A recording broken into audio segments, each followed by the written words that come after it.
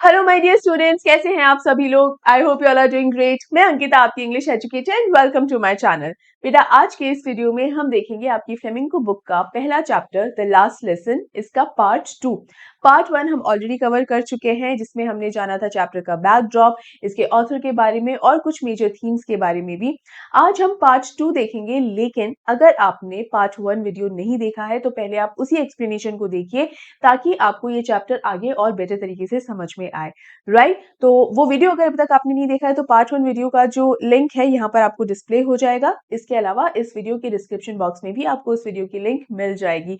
Alright बच्चा, तो इधर उधर टाइम वेस्ट ना करते हुए हम आगे बढ़ते हैं, लेकिन आपको सबसे पहले इस वीडियो को लाइक कर देना है, ज्यादा से ज्यादा शेयर कीजिए। देखिए, जितना हो सके उतना शेयर कीजिए इस वीडियो को, ताकि मैक्सिमम स्टूडेंट्स तक ये पहुंच जाए। इसके अलावा चैनल को सब्सक्राइब करना नहीं भूलना है और मेरे टेलीग्राम चैनल को जरूर ज्वाइन कीजिए। क्लास 12 का टेलीग्राम चैनल, जिसकी लिंक आपको इस वीडियो के डिस्क्रिप्शन बॉक्स में इजीली मिल जाएगी, उसे ज्वाइन कीजिए, ताकि आपको सारे पीडीएफ नोट्स, लेटेस्ट अपडेट्स जो है क्लास 12 से रिलेटेड, सब टाइमली मिलती रहे। राइट, तो चलो जल्दी से आगे बढ़ते हैं और इस चैप्टर का सेकेंड हाफ देखते हैं। अब यहाँ बेटा हमने लास्ट ये पढ़ा था कि मॉन्जियो हेमिल जो है वो ये इन्फॉर्मेशन देते हैं कि भाई ये उनकी लास्ट क्लास होने वाली है, लास्ट लेसन होने वाला है फ्रेंच लैंग्वेज के ऊपर, और अब से वो यहाँ फ्रेंच लैंग्वेज नहीं पढ़ाएंगे और अगले दिन से जर्मन टीचर जो है, जर्मन मास्टर, वो आने वाले हैं। राइट, और जैसे ही ये इन्फॉर्मेशन मिलती है तो फ्रांस के लिए बहुत ही ज्यादा शॉकिंग होता है ये। ठीक है, अब ये जो शॉकिंग है ये वो कौन से शब्द से दर्शाया गया है? Thunder clap. इस शब्द से जो है फ्रांस का ये शॉक दर्शाया गया है। ठीक है ना। अब यहाँ एक चीज आप समझिए, जैसे मैंने आपको वर्ड बताया थंडर क्लैप, पिछले वीडियो के अंदर भी मैंने आपको ये बताया ही था, और पिछले वीडियो में मैंने कई बार आपको रिपीटेडली बोला है कि बेटा नेम्स पता होने चाहिए, वर्ड्स अच्छे से पता होने चाहिए। आप ना बहुत ही कैजुअली नहीं लिख सकते हो, और कैजुअली लिखना भी नहीं चाहिए। आप क्लास 12th के स्टूडेंट्स हो, आपकी आंसर राइटिंग में एक सीरियसनेस तो झलकनी ही चाहिए। जैसे अल्सेज एंड लॉरेन, ये दो नाम है, ये दो डिस्ट्रिक्ट्स हैं जहां पर प्रशिया का कब्जा हो चुका है। ठीक है, अब यहाँ पर अगर आप ये लिखते हो कि two of the territories of French, two of the districts of French territories, अगर आप इस तरीके से कुछ लिखते हो तो ये वैसे इंफॉर्मेशन सही है, लेकिन अप्रोप्रिएट इंफॉर्मेशन नहीं है, एक सीरियसनेस साउंड नहीं होती। ठीक है, और ऐसा अक्सर इसलिए होता है क्योंकि बच्चों की एक हैबिट रहती है कि आखिर में जाके बस वो थोड़ी सी समरी समझ लेते हैं और बस हो गया। अब समरी जो होती है चैप्टर्स की, उसके अंदर कुछ बेसिक और स्पेसिफिक डिटेल्स नहीं होती। राइट, तो समरी बेसिकली एक आउटलाइन है, वो आपको सिर्फ तब हेल्प कर सकती है जब आपके पास डिटेल्ड इंफॉर्मेशन, डिटेल में आपने जब चैप्टर पढ़ा हुआ होता है। ठीक है, तो इसलिए आपको ये चीजें पता नहीं होती हैं। तो उससे होता क्या है, आपके अंदर एक जो स्किल डेवलप हो सकती थी चीजों को अच्छे से समझने की, मैक्सिमम अमाउंट ऑफ इंफॉर्मेशन को ग्रैस्प करने की, वो स्किल डेवलप ही नहीं हो पाई। अब ये कौन सा मसला है मैम? मसला ये है बच्चा कि क्या होता है, मैंने एक वीडियो भी बनाया था, एक शॉर्ट भी बनाया था, जिसमें मैंने बताया था कि कॉम्पिटेटिव एग्जाम्स जो होते हैं ना, चाहे यूपीएससी, जेईई, नीट, सीयूईटी, या इसके अलावा भी कोई कॉम्पिटेटिव एग्जाम्स जब होते हैं ना, आप उसके लिए जब प्रिपेयर करते हो तो उसके लिए एक सबसे बड़ा शानदार सोर्स है आपकी एनसीईआरटी की बुक्स। उसका अगर आपको चप्पा चप्पा, हर एक कोना, हर एक शब्द अगर आपको पता है ना, तो बिल्कुल पॉसिबल है कि आपके लिए जो कॉम्पिटेटिव एग्जाम्स है उनकी तरफ आप बहुत सारे कदम और बढ़ा सको, वो पॉसिबिलिटी आपकी और बढ़ जाती है। ठीक है, तो बहुत जरूरी है।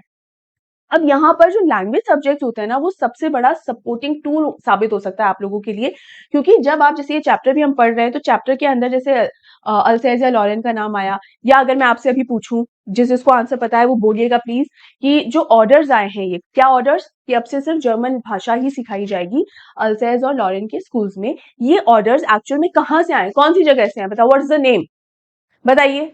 बर्लिन। राइट, अब जितने स्टूडेंट्स ने आंसर दिया है, अमेजिंग। जितनों ने आंसर नहीं दिया या ध्यान नहीं आ पा रहा था क्योंकि अभी तक एक ही बार पढ़ा होगा शायद, कोई बात नहीं, लेकिन ध्यान कर लीजिए। तो बर्लिन, ये जब नाम आपको ध्यान रहता है ना, तो बेसिकली आपके पास स्पेसिफिक और एक्यूरेट इंफॉर्मेशन है, वो आंसर है। इस तरीके की स्किल्स कितनी बेसिक लग रही है ये बात आपको अभी, है कि नहीं? लेकिन बेसिकली एक स्किल ये डेवलप होनी चाहिए आपके अंदर कि जब आप कोई भी सेंटेंस पढ़ रहे हो, चाहे किसी भी सब्जेक्ट का हो, वो किसी भी सब्जेक्ट का, उस एक सेंटेंस को पढ़ने में उसके अंदर मौजूद जो इंफॉर्मेशन है, कितनी इंफॉर्मेशन आप एक बार में ग्रेस्प कर पा रहे हो, वो पूरी इंफॉर्मेशन, पूरा मीनिंग समझने के लिए आपको वो सेम सेंटेंस कितनी बार पढ़ना पड़ रहा है। क्योंकि जब आप एक क्वेश्चन भी पढ़ते हो तो कितनी बार आपको उस क्वेश्चन को पढ़ना पड़ता है, तब जाके आपको उसका मीनिंग समझ में आए। वो भी आपका टाइम सेविंग मैकेनिज्म एक होता है। है कि नहीं? तो ये एक स्किल आपको अपने आप में डेवलप करनी है और जिसके लिए सबसे अच्छा तरीका है आपको अपनी रीडिंग हैबिट जो है उसको इम्प्रूव करना है। और रीडिंग हैबिट इम्प्रूव करने का सब आपको कहीं और जाने की जरूरत नहीं है भाई, सिर्फ अपनी एनसीईआरटी बुक्स को अच्छे से पढ़ो, है कि नहीं? और अगर इंग्लिश आपका आगे चल के मेजर सब्जेक्ट रहता है या कोई भी और लैंग्वेज सब्जेक्ट जो मेजर सब्जेक्ट रहता है कॉम्पिटेटिव एग्जाम्स के लिए भी, तो उसकी तैयारी भी आपके साथ साथ होती चली जाएगी। ठीक है?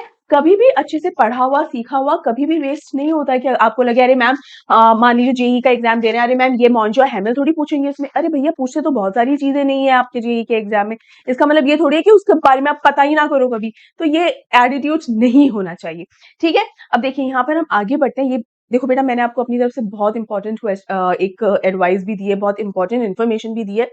प्लीज इसे स्किप करके हाँ ठीक है देखेंगे, ये एटीट्यूड मत रखिएगा। It is genuinely very important and beneficial for all of you.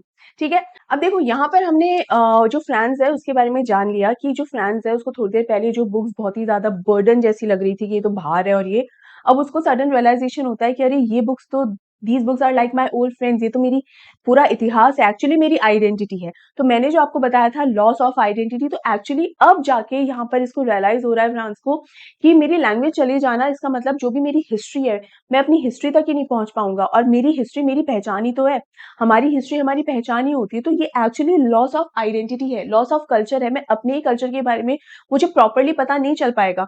तो अब कैसे पता चलेगा? लोग जब बात करेंगे या होता है ना कि घरों के अंदर बात होती है, अरे तब ऐसा होता था तब वैसा होता था, है ना? लेकिन उसके अंदर आपको 100% चीजें नहीं पता चल पाती है जितना आप बुक्स के थ्रू पता कर पाते हैं, है कि नहीं? तो यहाँ पर अब जाके जो है यहाँ है फ्रांस को ये रियलाइज हो रहा है कि भाई मेरा बहुत बड़ा लॉस एक हो रहा है। अब since he is a kid तो उसको वो एग्जैक्ट चीज नहीं समझ में आ रही है कि लॉस है तो किस चीज का है। But here I am to tell you कि लॉस ऑफ आइडेंटिटी है, लॉस ऑफ कल्चर है, लॉस ऑफ लैंग्वेज है, ठीक है, and loss of freedom, right? अब यहाँ आगे क्या बात करता है ये इसको मॉन्जो हैमिल के लिए भी बुरा लग ही रहा होता है कि भाई भले ही डिसिप्लिन थे, कुछ ज्यादा ही डिसिप्लिन थे, कुछ ज्यादा ही स्ट्रिक्ट थे, बट मॉन्जो हैमिल की जो एक इंटेंशन है वो भी हमारा फ्रांस समझता था कि ऐसा तो है नहीं कि वो अपना गुस्सा निकाल रहे हैं हमारे ऊपर, ये इतना स्ट्रिक्ट इसीलिए थे क्योंकि हमारा ही भला चाहते थे, है ना? अब ये समझ में आ रहा है पूरा का पूरा। तो देखिए आगे क्या कहता है। Poor man, it was in honor of this last lesson that he had put on his fine Sunday clothes. क्या कहता है कि ये आज का दिन जो इतना साधारण सा इतना ऑर्डिनरी डे है, इस ऑर्डिनरी डे को मौजो हेमिल बहुत ही इंपॉर्टेंट बहुत ही खास बनाना चाहते थे, और इसीलिए उन्होंने अपने संडे क्लोथ्स इतने खूब जो अच्छे कपड़े हैं जिस जो हमेशा वो किसी ओकेजन पे पहना करते थे वो उन्होंने आज पहने, क्योंकि वो इस दिन को खास बनाना चाहते थे, इस दिन को अहम बनाना चाहते थे। और चूंकि because he wanted to pay respect, he wanted to pay tribute to French language and his nation, that's why he wore those clothes. ठीक है, तो ये बहुत ही इंपॉर्टेंट इंफॉर्मेशन है और ये मुझे कहना चाहिए कि this paragraph is the essence of this chapter, कि बेसिकली मॉन्जो हेमेल ने वो कपड़े इसलिए पहने क्योंकि वो अपनी कंट्री को अपनी लैंग्वेज को रिस्पेक्ट पे कर रहे थे, उसे ट्रिब्यूट दे रहे थे, और एक लास्ट मौके की तरह एक लास्ट चांस की तरह ले रहे थे इस दिन को कि आज मेरे पास आखिरी मौका है मेरी नॉलेज इन सभी के साथ शेयर करने का, राइट? तो इसको बहुत ही खास बना रहे थे टाइम को। ठीक है, आगे। And now I understood why the old man of the village was sitting there in the back of the room. और मुझे अब जाके समझ में आ रहा है कि जितने भी बुजुर्ग लोग हैं वो क्यों बैठे हुए हैं पीछे, जो गांव के जो बुजुर्ग लोग हैं वो क्यों आकर बैठे हैं, क्योंकि उन्हें भी ये सब इन चीजों का एहसास हो रहा है कि उन्होंने भी कुछ खोया है, और इसीलिए ये सब बहुत दुखी भी हैं क्योंकि उन्हें उस लॉस का पूरा पूरा रियलाइजेशन है। ठीक है, it was because they were sorry, they were all sorry.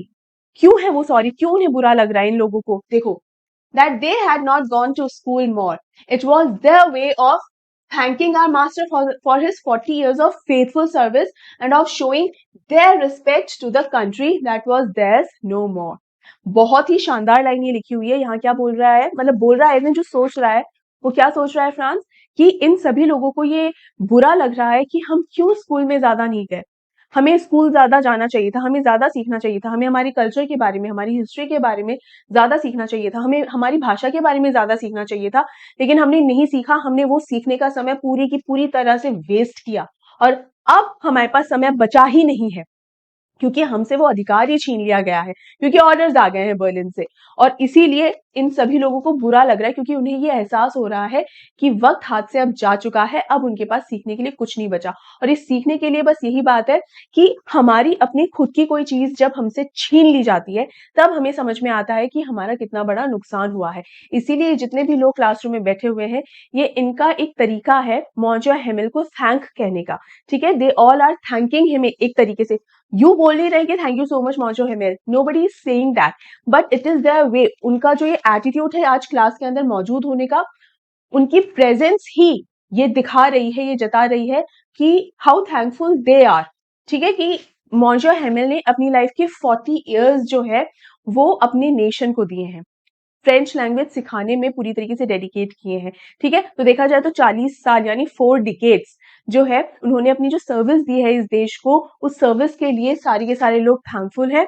और इसके अलावा एक इसलिए भी ये लोग यहाँ पर प्रेजेंट है, एक तो ये मौजो हेमिल को थैंक्स कह रहे हैं, एक मौजो हेमिल को रिस्पेक्ट और ट्रिब्यूट पे करने के लिए आए हैं, और साथ ही साथ अपनी लैंग्वेज और अपनी कंट्री को भी ट्रिब्यूट पे करने आए हैं, रिस्पेक्ट पे करने आए हैं, उस कंट्री को जो अब उनकी नहीं रही है। क्यों? क्योंकि कंट्री पर किसका राज है? प्रशिया का। लेकिन प्रशिया का राज तो पिछले 2 सालों से है। आज क्यों पता चल रहा है? क्योंकि आज इन लोगों से इनकी भाषा छीन ली गई है। तो बेसिकली इस पैराग्राफ से हमें सिर्फ ये नहीं समझ में आ रहा है कि loss of identity, loss of culture, loss of freedom. Actually हमें ये समझ में आ रहा है loss of identity, loss of culture, loss of freedom through loss of language.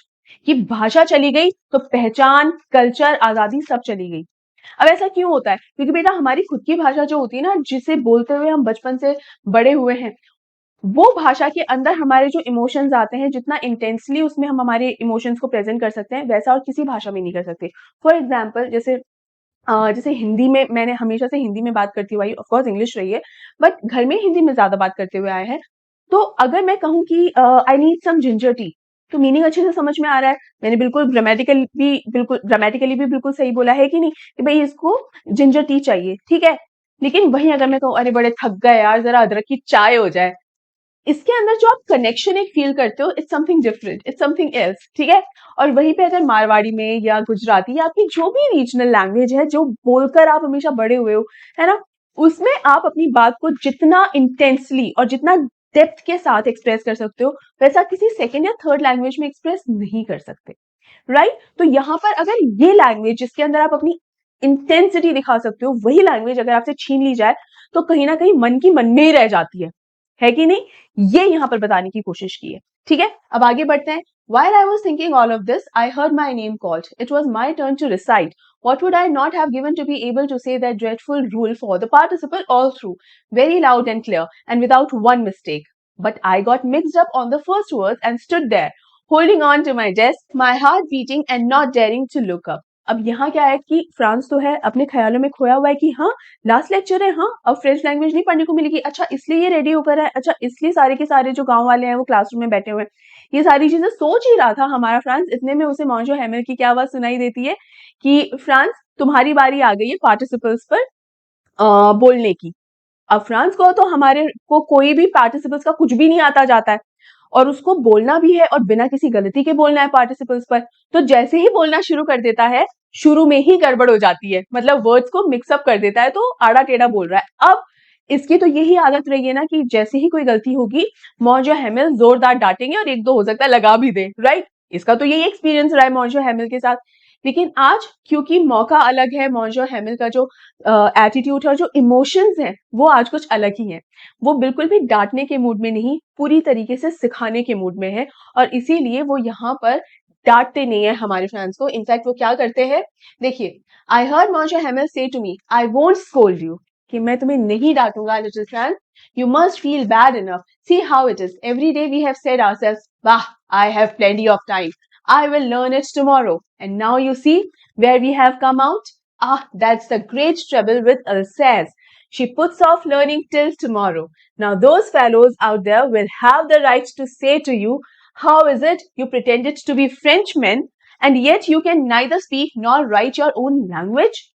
बहुत ही शानदार पैराग्राफ है ये, बहुत ही शानदार। यहाँ पर मौजो हेमिल जो है वो क्या कहते हैं फ्रांस से, कहते हैं कि बिल्कुल भी डरो मत फ्रांस, मैं तुम्हें नहीं डांटूंगा, इनफैक्ट तुम्हें भी बहुत बुरा लग ही रहा होगा। और ऑफ कोर्स फ्रांस के चेहरे पे लिखा हुआ होगा, जो इंसान इतना ख्यालों में खोया हुआ है, इतना ज्यादा उस शॉक को एब्जॉर्ब करने की कोशिश कर रहा है, उस इन्फॉर्मेशन को एब्जॉर्ब करने की कोशिश किया कि अरे यार लास्ट फ्रेंच लैंग्वेज, ये तो कभी फ्रेंच लैंग्वेज का लेसन है, ये तो कभी सोचा ही नहीं था। तो जहाँ इतना लग रहा है फ्रांस को, तो ऑफकोर्स मॉन्जो हेमेल ने समझ ही लिया होगा, ये तुम्हें बहुत बुरा लग रहा होगा। और बाद में क्या कहते हैं कि हमेशा से हमारा एटीट्यूड यही रहा है, और हमेशा से अल्सेस का एटीट्यूड यही रहा है। अल्सेस का मतलब बेसिकली अल्सेस के जितने भी लोग हैं, जो फ्रेंच पीपल है, उनके बारे में बात हो रही है कि हमेशा से अल्सेस का एटीट्यूड यही रहा है कि अभी तो हमारे पास बहुत टाइम है, कल पढ़ लेंगे, बाद में पढ़ लेंगे। हमेशा से यही एटीट्यूड रहा है। और देखो आज क्या मौका आ गया है, आज ये मौका आ गया है कि हमारे पास बिल्कुल भी टाइम है ही नहीं। हमेशा हम कहते रहे we have plenty of time, I will learn it tomorrow, कि कल पढ़ेंगे। पूरे अल्सेस का यही समस्या रहा है। लेकिन अब क्या ऐसा है? नहीं। Now those fellows out there, ये कौन से फेलोज हैं? प्रशियंस। ठीक है, ये प्रशियंस के बारे में यहाँ बात कर रहा है कि जो प्रशियंस हैं वो क्या कह रहे हैं। How is it you pretend to be Frenchman and yet you can neither speak not write your own language. यहाँ पर क्या बोल रहा है कि जो प्रशियंस हैं वो हमें देखते होंगे और हम पर ही हंसते होंगे और हमें कहते होंगे कि तुम लोग अपने आप को फ्रेंचमैन समझते हो, और जबकि तुम्हें ना फ्रेंच लिखनी आती है ना पढ़नी आती है, तुम्हें कुछ आता ही नहीं है, क्या सोचकर तुम अपने आप को फ्रेंचमैन कह रहे हो। And yet you can neither speak nor write your own language, but you are not the worst, poor little France. We have all a great deal to reproach ourselves with. क्या कहते हैं Monsieur Hemil आगे आगे कि तुम अकेले ऐसे नहीं हो फ्रांस जिसको पार्टिसिपल्स या फ्रेंच लैंग्वेज के रूल्स रेगुलेशंस नहीं आते। You are not the only one. हम सब कहीं ना कहीं इस चीज के भागीदार हैं। We all are responsible for this status of ours. क्यों? क्योंकि क्या होता है, हम सब कहीं ना कहीं ये सोचते हैं कि आज नहीं कल ये काम हो जाएगा, कल नहीं तो परसों ये काम हो जाएगा, और हमेशा हम ऐसे पोस्टपोन करते रहे। ये जो प्रोक्रेस्टिनेशन एक वर्ड है ना, ये और हम बहुत सुनते भी होंगे इसके बारे में। ये प्रोक्रेस्टिनेशन देखो कब से चला आ रहा है कि भाई आज नहीं कल, कल नहीं परसों, अरे बाद में बाद में, और बाद में करते करते ये मौका आ गया है कि अब हमारे पास वेस्ट करने के लिए भी टाइम नहीं बचा हुआ है। और यहाँ पर सबसे बड़ी बात, ये जो सेंटेंस है ना, नाउ दोज फेलोज आउट, ये सेंटेंस इतना ज्यादा इंपॉर्टेंट सेंटेंस है और इतना मीनिंगफुल सेंटेंस है कि अगर आप लोग खुद अपनी लैंग्वेज को रिस्पेक्ट नहीं कर रहे हो, तो किसी दूसरे की क्या रिस्पॉन्सिबिलिटी है आपकी लैंग्वेज को रिस्पेक्ट करना।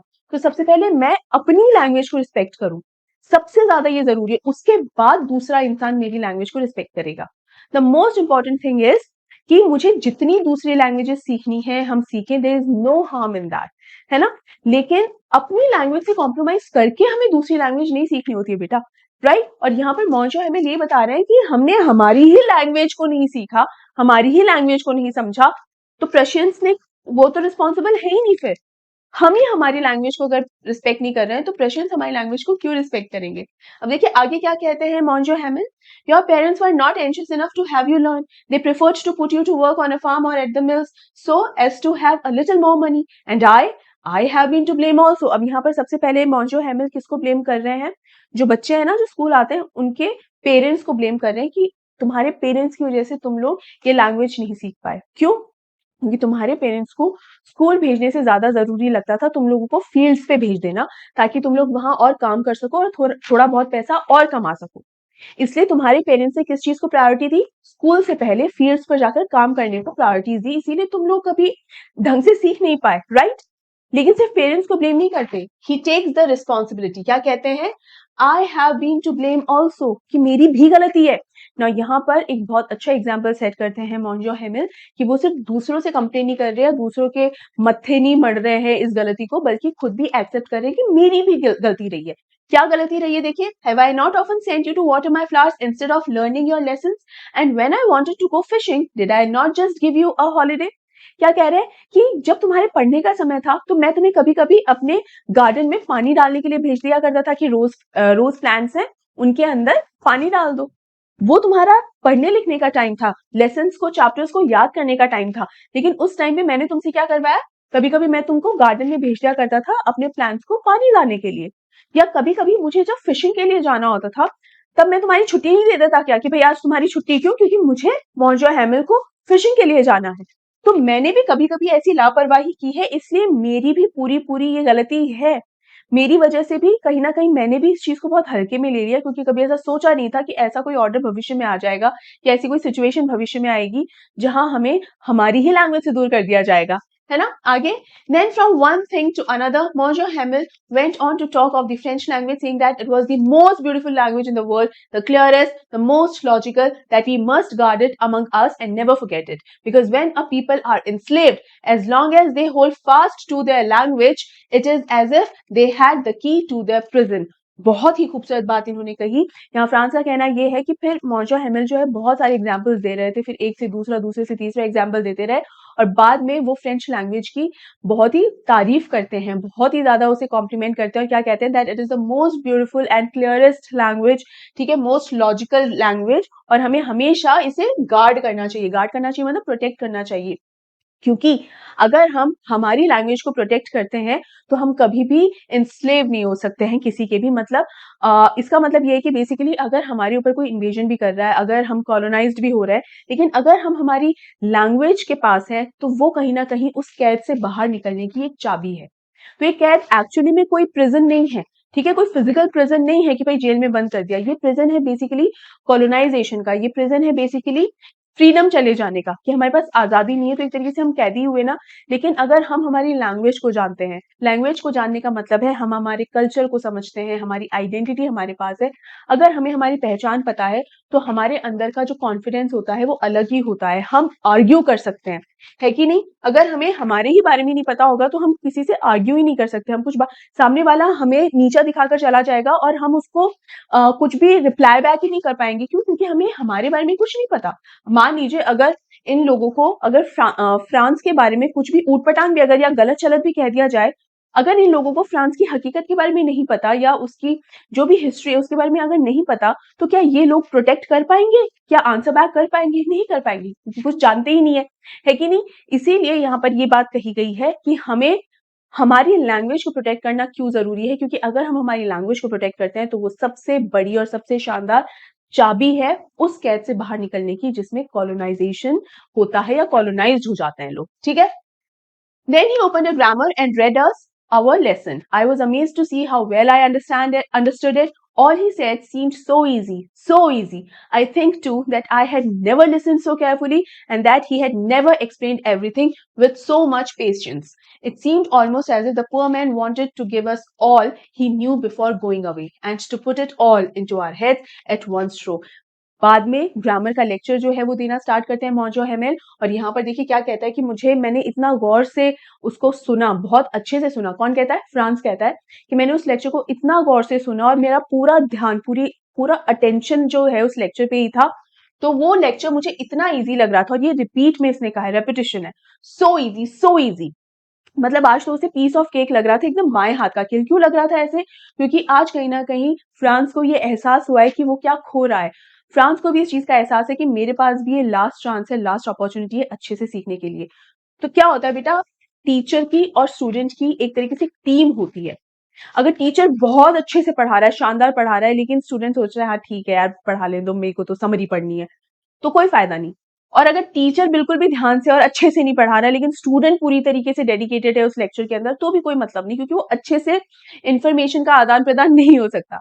लेकिन टीम वर्क ये होता है कि टीचर जो है वो भी पूरा डेडिकेटेडली पढ़ाए और स्टूडेंट्स जो है वो भी पूरा अटेंटिवली उसे सुने और समझे, तो एक टीम वर्क बढ़िया होता है, रिजल्ट भी बहुत बढ़िया निकल कर आता है। और आज ऐसा ही टीम वर्क यहाँ क्लास में देखने को मिला, जहां मॉन्जो हेमिल जो है वो पूरा डेडिकेटेडली और पेशेंस के साथ पढ़ा रहे थे, ऐसा पेशेंस रख रहे थे, बिल्कुल गुस्सा नहीं। आज जो इनका एटीट्यूड था बहुत ही कंस्ट्रक्टिव एटीट्यूड था, और उतने ही ज्यादा अटेंशन के साथ, उतनी ज्यादा डेडिकेशन के साथ जो है बच्चे भी पढ़ रहे थे। तो ये ऐसा बेस्ट लेक्चर हुआ जैसा पहले कभी नहीं हुआ था। तो फ्रांस का कहना है कि या तो मॉन्जो हेमिल ने इतना अच्छे से पहले कभी नहीं पढ़ाया, या फिर मैंने इतना गौर से ये लेसन कभी भी नहीं सुना, राइट। और ऐसा लग रहा था जैसे इस एक सिंगल लेक्चर के अंदर मॉन्जो हेमिल अपनी सारी की सारी नॉलेज जो है हमको दे देना चाहते हैं, फ्रेंच लैंग्वेज से जुड़ी हुई हर बात हमें बता देना चाहते हैं, राइट। आगे, after the grammar we had a lesson in writing. That day Monsieur Hamel had new copies for us written in a beautiful round hand, France, Alsace, France, Alsace. They looked like little flags floating everywhere in the schoolroom, hung from the rod at the top of our desks. यहाँ पर क्या लिखा है कि पहले grammar lecture हुआ, उसके बाद उनका राइटिंग लेसन भी हुआ, ठीक है। तो जब राइटिंग लेसन हो रहा था तो जिन कॉपीज के अंदर सारे बच्चे लिख रहे थे वो कॉपीज आज ही के दिन मॉन्जो हेमिल ने डिस्ट्रीब्यूट करी थी, ठीक है। और वो जो न्यू कॉपीज जो डिस्ट्रीब्यूट की गई थी उनका जो कवर पेज था, उस कवर पेज के ऊपर जो है क्या लिखा हुआ था, बहुत ही ब्यूटीफुल हैंडराइटिंग में लिखा हुआ था, फ्रांस अल्सेस, फ्रांस अल्सेस। तो ऐसा लग रहा था जैसे पूरी क्लास के अंदर डेस्क के ऊपर जो है फ्रांस के फ्लैग्स लगे हुए हैं, वो दिखने में बहुत ही सुंदर लग रहा था। ठीक है, you ought to have seen how everyone set to work and how quiet it was. The only sound was the scratching of the pens over the paper. Once some beetle flew in, but nobody paid any attention to them, not even the littlest ones who worked right on tracing their fish hooks as if that was French too. On the roof of the pigeons cooed very low, and I thought to myself, will they make them sing in German? Even the pigeons. Very important. ये आपका एक NCERT question भी है।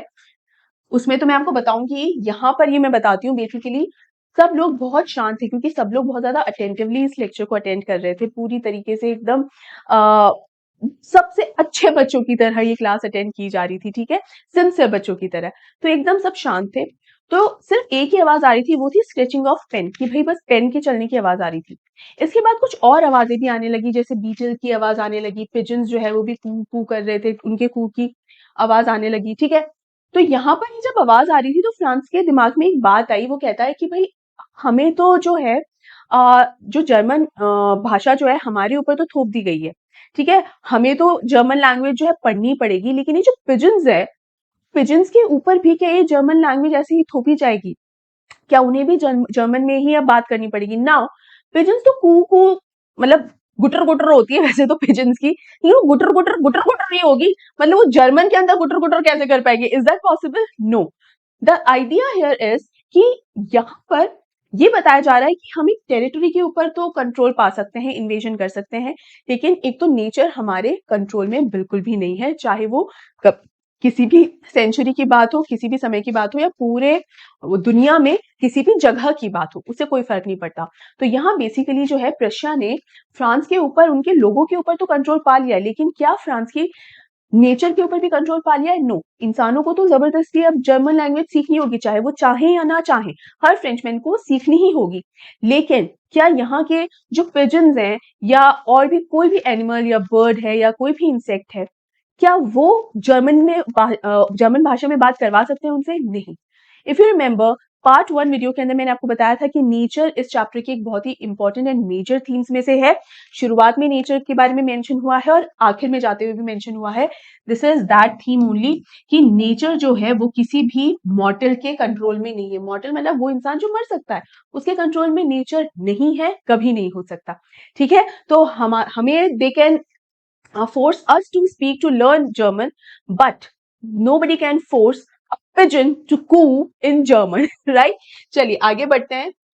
Whenever I looked up from my writing, I saw Monsieur Hamel sitting motionless in his chair and gazing first at one thing, then at another, as if he wanted to fix in his mind just how everything looked in that little schoolroom. अब यहाँ पर Monsieur Hamel जो है वो एक chair पे बस बैठे हुए थे बिना किसी मूवमेंट के, और जो हमारा फ्रांस है वो कॉपी में लिख तो रहा था, लेकिन बीच बीच में अपनी नजर उठा के Monsieur Hamel को भी नोटिस कर रहा था, ऑब्जर्व कर रहा था। और Monsieur Hamel इस समय क्या कर रहे थे?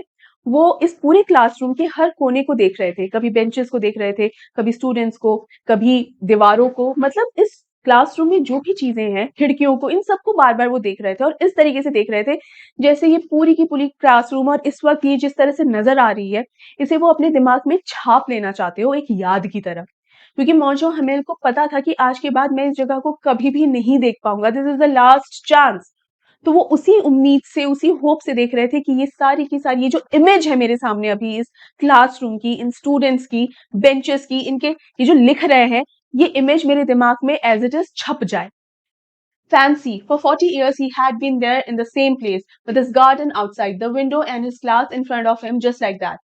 Only the desks and benches had been worn smooth.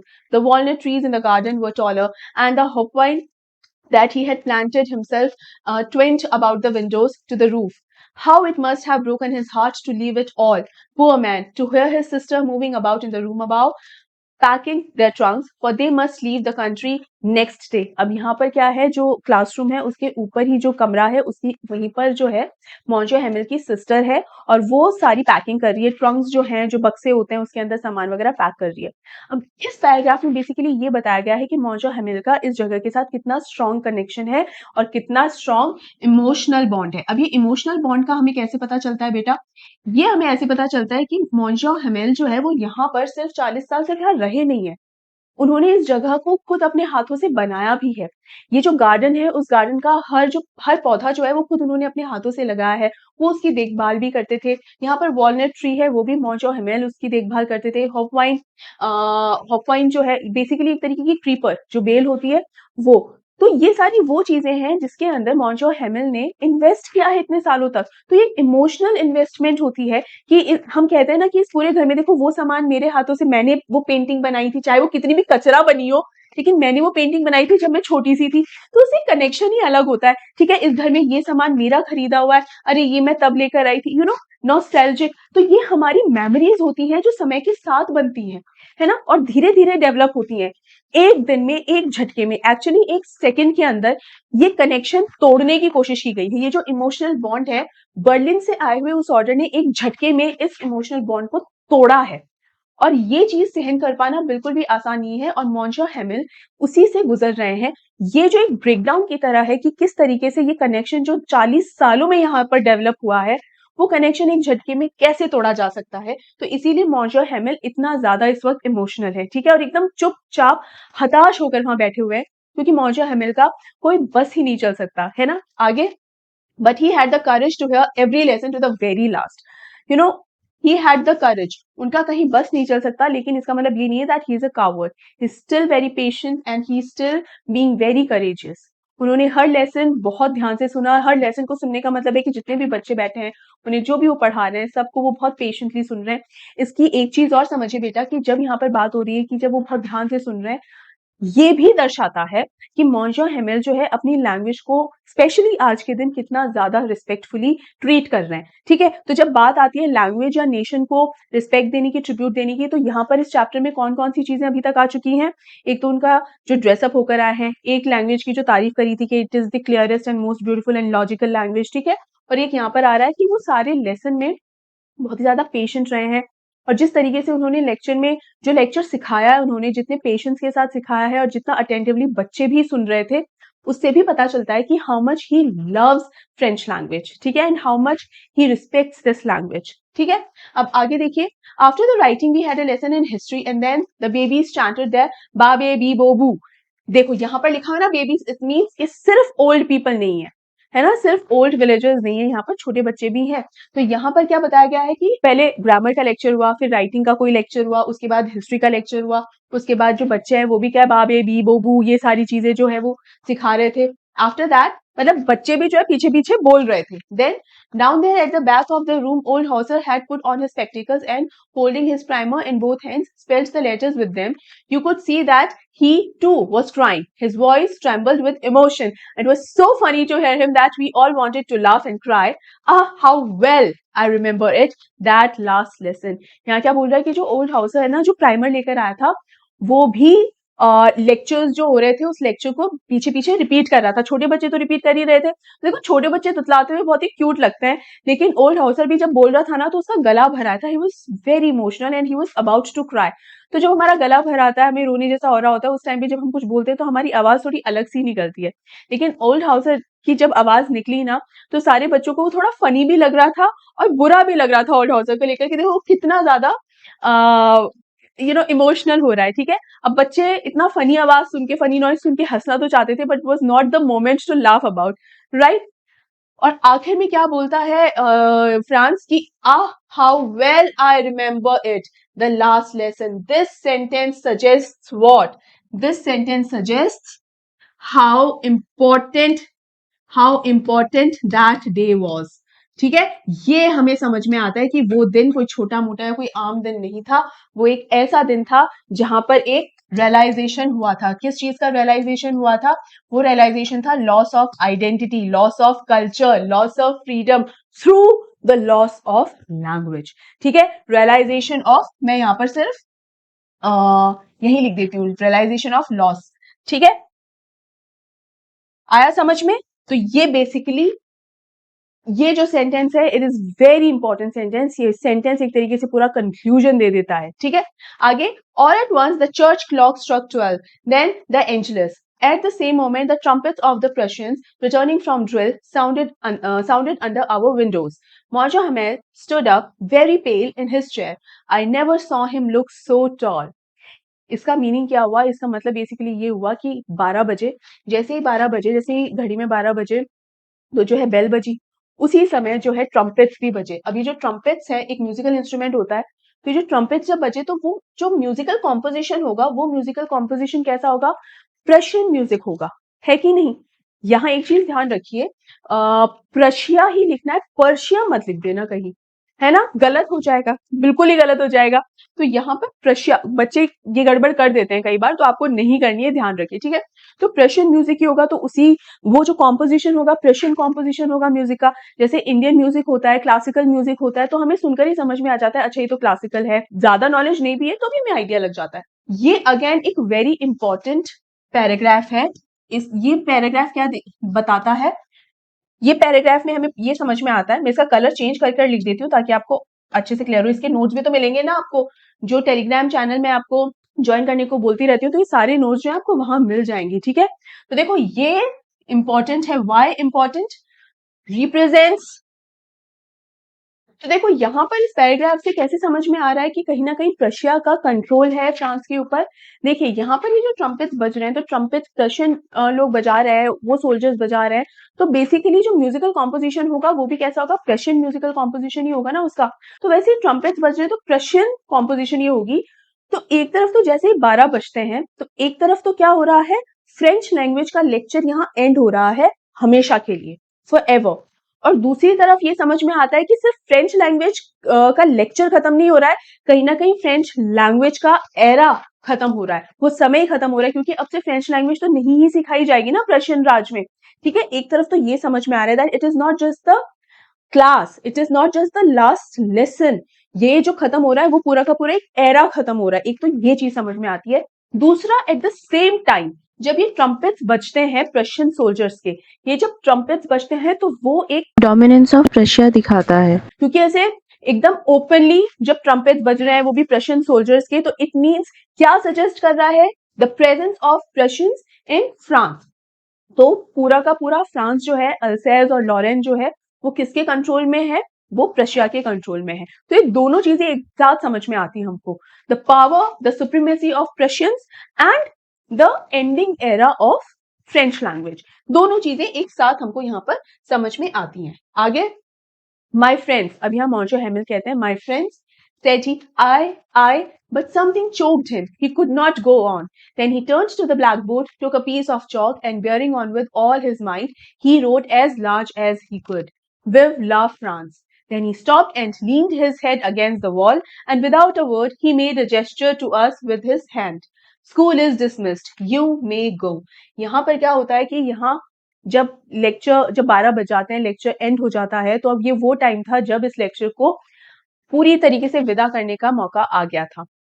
तो यहाँ पर मॉन्जो हैमिल के लिए ये मोमेंट बहुत ही हैवी मोमेंट था, ये एक्सेप्ट करना उनके लिए बहुत मुश्किल था, ठीक है। तो वो अपने स्टूडेंट्स से, सभी लोगों से कुछ कहना चाहते थे, और इसीलिए उन्होंने शुरुआत की माय फ्रेंड्स बोलकर। लेकिन वो इतना ज्यादा इमोशनल थे कि वो आगे कुछ कहने लगे, लेकिन उनका गला भर आया और वो कुछ कह नहीं पाए। क्या कहते हैं, I but he couldn't say anything, he couldn't speak, क्योंकि उन्हें बहुत रोना आ रहा था, because he was very emotional. तो अल्टीमेटली उन्होंने क्या किया, उन्होंने एक चौक का पीस उठाया और उस चौक से बोर्ड के ऊपर, ब्लैक बोर्ड जो है उसमें बहुत बड़ा बड़ा लिख दिया। क्या लिख दिया, विव ला फ्रांस। विव ला फ्रांस का क्या मतलब होता है बेटा, लॉन्ग लिव फ्रांस। तो हमने अभी तक जो भी उनका प्यार देखा अपने लैंग्वेज के लिए, अपने नेशन के लिए, क्या विव ला फ्रांस लिखना, लॉन्ग लिव फ्रांस लिखना, क्या उनका पेट्रियटिज्म नहीं दिखाता, अपने लैंग्वेज की खुलकर तारीफ करना, that it is the clearest most beautiful logical language. क्या सिर्फ एक तारीफ है एक लैंग्वेज की, नहीं, ये अपने नेशन के लिए पेट्रियटिज्म भी है। तो ये क्वेश्चन कई बार आ जाता है कि मॉन्जो हैमिल का जो पेट्रियटिज्म है वो हमें कैसे पता चलता है, जिस तरीके से अपनी लैंग्वेज की तारीफ करते हैं, जिस तरीके से आखिर में उन्होंने ब्लैक बोर्ड पे बड़ा बड़ा लिखा विव ला फ्रांस, इन सब चीजों से हमें पता चलता है that he is a patriotic person, ठीक है। अब यहाँ पर देखिए, इसका मीनिंग तो मैंने बता दिया है, फ्रेंच में कहते हैं विव ला फ्रांस, और इंग्लिश में इसका मीनिंग हुआ लॉन्ग लिव फ्रांस, ये फ्रांस हमेशा अमर रहे। लॉन्ग लिव फ्रांस आपको पता होना चाहिए, लेकिन आंसर में आप लिखेंगे विव ला फ्रांस ही लिखें, ताकि आपके मार्क्स बिल्कुल आपको पूरे में से पूरे मिल सके, ठीक है। एक तो ये चीज हो गई, जैसे ही वो ये लिखते हैं उसके बाद भी वो कुछ बोल नहीं पाते हैं मॉन्जो हैमिल, है ना, और वो सिर्फ एक जेस्चर, एक इशारा करते हैं कि क्लास ओवर हो चुकी है, अब आप जाइए। ये जब जेस्चर करते हैं सारे स्टूडेंट्स ऑफ कोर्स चले जाते हैं और आखिर में वो कुछ बोलने की हिम्मत करते हैं, और वो क्या, जो आखिरी लाइन उनकी होती है वो ये, school is dismissed, you may go, कि अब स्कूल डिसमिस होता है, आप लोग जा सकते हैं। और अपने इसी सेंटेंस के साथ, अपनी इसी बात के साथ यहाँ पर ये चैप्टर जो है वो एंड होता है। इस चैप्टर के अंदर हमने जो देखा, ये जो लॉस ऑफ आइडेंटिटी कल्चर में बता रही हूँ, these are the themes only, है ना। Sudden realisation is the theme only, ठीक है। यही थीम्स हैं इस चैप्टर के अंदर कि किस तरीके से जब कोई चीज हमारे पास होती है तब तक हमें उसकी इंपॉर्टेंस नहीं समझ में आती, लेकिन जब वो चीज हमसे दूर चली जाती है, then only we realise how important it was for all of us, है ना। और यहाँ पर लैंग्वेज वही किरदार निभा रही है, language is playing that role only, कि जहां लैंग्वेज अगर नहीं है तो कहीं ना कहीं आपकी पहचान नहीं है, आपकी आइडेंटिटी नहीं है। And that is why in this chapter the loss of identity, the loss of freedom, the loss of culture is all through the loss of language.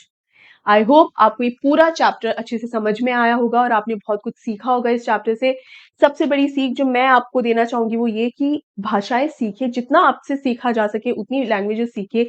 जो लैंग्वेज कभी सीखने का मौका मिले वो लैंग्वेज सीखिए। और इंडिया के अंदर तो इतनी डाइवर्सिटी है, इतनी लैंग्वेजेस है, जहां मौका मिले आप प्लीज उसे सीखिए, चाहे वो राजस्थानी हो, गुजराती हो, या बिहारी हो, या फिर बंगाली हो, कोई भी लैंग्वेज सीखने का मौका मिले, चाहे थोड़ा बहुत भी मिले, बिल्कुल सीखिए। लेकिन आपकी अपनी खुद की जो लैंग्वेज है ना, आपको second, third, fourth, fifth, tenth जितनी लैंग्वेजेस सीखनी है सीखनी है, लेकिन आपकी अपनी खुद की जो लैंग्वेज है उसके साथ कभी कॉम्प्रोमाइज मत कीजिए, ठीक है। क्योंकि हमें यूं शायद कभी समझ में नहीं आता है, बट लार्जर स्केल पे उस चीज का बहुत इफेक्ट पड़ता है, राइट। तो हमेशा इस चीज का बहुत ध्यान रखिए बेटा। यहाँ पर इसी नोट पर ये लेसन जो है वो भी कंप्लीट होता है। कैसा लगा आपको ये वीडियो, कैसा लगा आपको ये चैप्टर, मुझे प्लीज जरूर बताइएगा। मुझे आपके कमेंट्स का बहुत बेसब्री से इंतजार रहता है। कहीं कोई डाउट हो तो वो भी पूछिएगा, आपको पता है मैं हमेशा आपके डाउट्स क्लियर करती हूँ। अगर आप अपना कोई ओपिनियन मेरे साथ शेयर करना चाहते हैं लैंग्वेज को लेकर, अगर आप कोई बात करना चाहते हैं तो वो भी आप जरूर लिखकर मुझे भेज सकते हो। आपको पता है I always welcome your opinions, your suggestions, right. तो बेटा मेक श्योर यू कमेंट। इसके अलावा अपना ढेर सारा ध्यान रखिए, बहुत ज्यादा गर्मियां चल रही हैं अभी, तो ढेर सारा पानी पीजिए, अपने आप को जितना हो सके उतना हाइड्रेट रखिए, और जितना हो सके उतना धूप में निकलने से भी बचिए, क्योंकि बहुत खतरनाक तेजी है धूप में, राइट। तो अपना ढेर सारा ध्यान रखिए बेटा। उसके अलावा क्या करना है, वेल इस वीडियो को लाइक कर दो और जरूर से जरूर शेयर करो बेटा। जितना आप शेयर करोगे ना इस वीडियो को, उतना ज्यादातर ये स्टूडेंट्स तक पहुंच पाएगा। सो प्लीज जरूर शेयर कीजिएगा, और चैनल को सब्सक्राइब तो आपको करना ही है, भूलिएगा मत। और टेलीग्राम चैनल ज्वाइन करो से बेटा, क्लास 12 का टेलीग्राम चैनल, लिंक मिल जाएगा इस वीडियो के डिस्क्रिप्शन बॉक्स में, जरूर ज्वाइन करो। सारी पीडीएफ, सारी नोट्स आपको उसी टेलीग्राम चैनल पे मिल जाएगी। आपके लिए एग्जाम में ट्रस्ट मी बहुत ज्यादा बेनिफिशियल होने वाला है ये, ठीक है। तो मिलते हैं अगले वीडियो के अंदर बहुत ही जल्द, तब तक अपना ध्यान रखिए, take care and good bye.